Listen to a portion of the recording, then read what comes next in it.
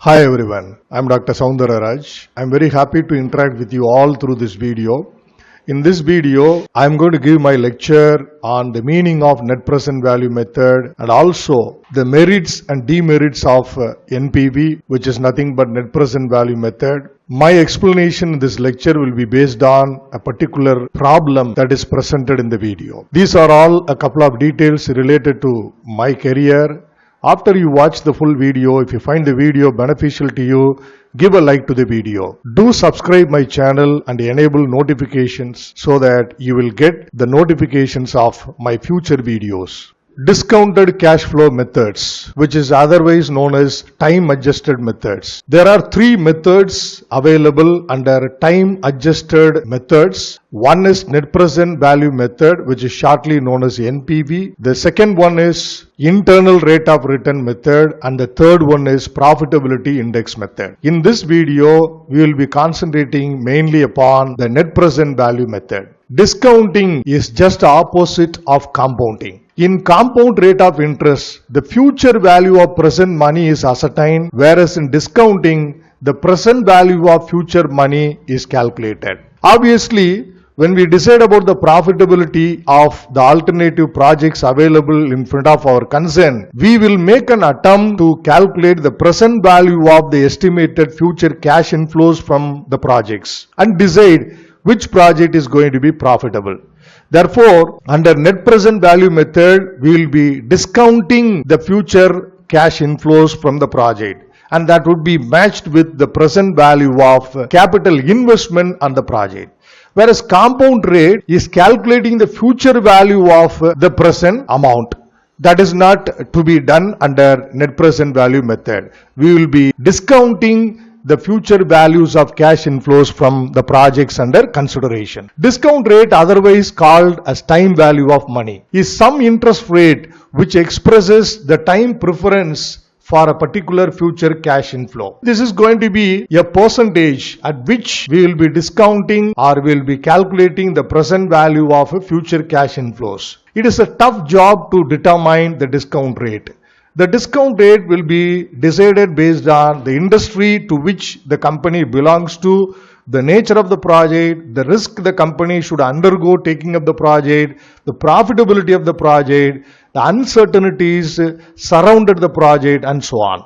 So it is a tough task to determine the discount rate at which we will be calculating the present values of future cash inflows. The discounted cash flow method is an improvement on the payback period method as well as accounting rate of return. These two methods are methods of traditional aspects. This method is based on the fact that future value of money will not be equal to the present value of money. Obviously, tomorrow's 1 rupee is not equal to today's 1 rupee. Perhaps today's 1 rupee is more valuable than the 1 rupee which we will earn tomorrow. That's the idea stated here. That is, discounted cash flow technique recognizes that rupee 1 of today, that's a cash outflow which we are going to invest on the project today, is worth more than rupee 1 which will be received at the future date, which is nothing but cash inflow. The time adjusted or discounted cash flow method takes into account the profitability and also the time value of money. So we will be calculating the present value of the project's future cash inflows, which will be compared with that of the present value of cash outflow on the given project.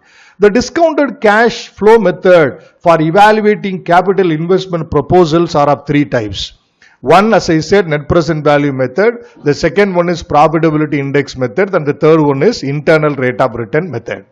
Now let's get into the details of net present value method. This method is also known as excess present value or net gain method or time adjusted method. Under this method, cash inflows and cash outflows associated with each project are first worked out. This is a usual step we do in other methods also, except ARR. The present values of these cash inflows and outflows are then calculated at the rate acceptable to the management, which is nothing but the discount rate. This rate of return is considered as a cutoff rate and is generally determined on the basis of cost of capital, suitably adjusted to allow for the risk element involved in the project. I explain some more aspects which should also be considered in determining discount rate. The present values of total of cash inflows should be compared with the present values of cash outflows. If the present value of cash inflows are greater than or equal to the present value of cash outflows or initial investment, the project will be accepted. If it is less, then proposal will be rejected. If the present value of cash inflows from a project is greater than the present value of cash outflows in a project, we find the excess of present value of cash inflows over present value of cash outflows as positive NPV. In that situation, the project could be accepted. If NPV is a negative figure, that means present value of cash outflows is higher than that of present value of cash inflows in a project. Such a project will be summarily rejected. Now let's look into an example problem given in the video. A company is considering the purchase of two machines with the following details. Machine 1, machine 2. Lifetime of both the machines is 3 years only. Capital cost for both the machines is 10,000 rupees. Net earnings after tax. Here you have to assume it as what? It is the cash inflow given in the example. You are required to suggest which machine should be preferred. The calculation of net present value at 10%, and this is supposed to be given in the problem perhaps. Now we find the present value interest factor according to the first table, where we find the cash inflows are uniform. You have to refer the present value interest factor table, which is table number 1. The PVIF values at 10% for period 1, 2 and 3 are presented here. This I explained in detail in the previous video. If you want more details on this, please look at my previous video. Cash inflows that are presented in the problem given here. And similarly, cash inflows from machine 2 are presented here. Now let us multiply the cash inflows of the machines with their PVIF factors for the respective years. Now 8000 into 0.909 gives us 7272, which is the present value of machine 1's first year cash inflow. Then for second year 6000 rupees into 0.826, it gives us 4956. Then for third year we get 3004. So the total of present value of cash inflows from machine 1 comes to 15,232. Whereas if you do similar calculation for machine 2, it gives us 15,110. Now from the total of present value of cash inflows of the project, let us subtract their cost. For both the machines, it's only 10,000 rupees. So for machine 1, we subtract 10,000 rupees from 15,232. It gives us 5,232, which is a positive net present value. If you do similar calculation here for machine 2, it gives us 5,110. Among these two net present values, which is higher? The net present value of machine 1, which is 5,232, that is higher than that of machine 2, which is 5,110. Therefore, as per the rule of net present value method, we will recommend machine 1 as a profitable machine to be bought and installed in the business. Now let's look into the details of merits and demerits of NPV method. Regarding merits, number 1. This method considers the entire economic life of the project. Obviously, it is not like a payback period method, which considers the returns only up to the payback period. It ignores the profitability of the projects in the post payback period. Whereas if you look at NPV, it considers the profitability of the project for its entire economic life.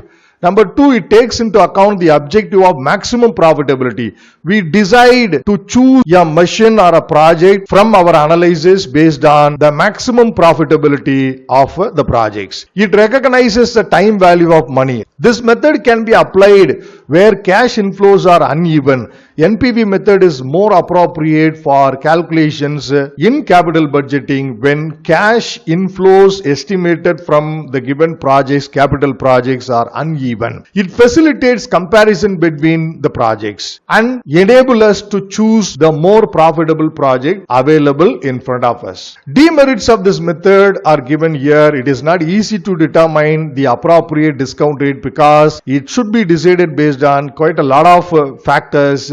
very difficult to judge them because they are related with the future. The future is filled with uncertainties. That's a demerit. Number two, it involves a great deal of calculations. It is more difficult to understand and operate comparing the other traditional methods like ARR, payback period, like that.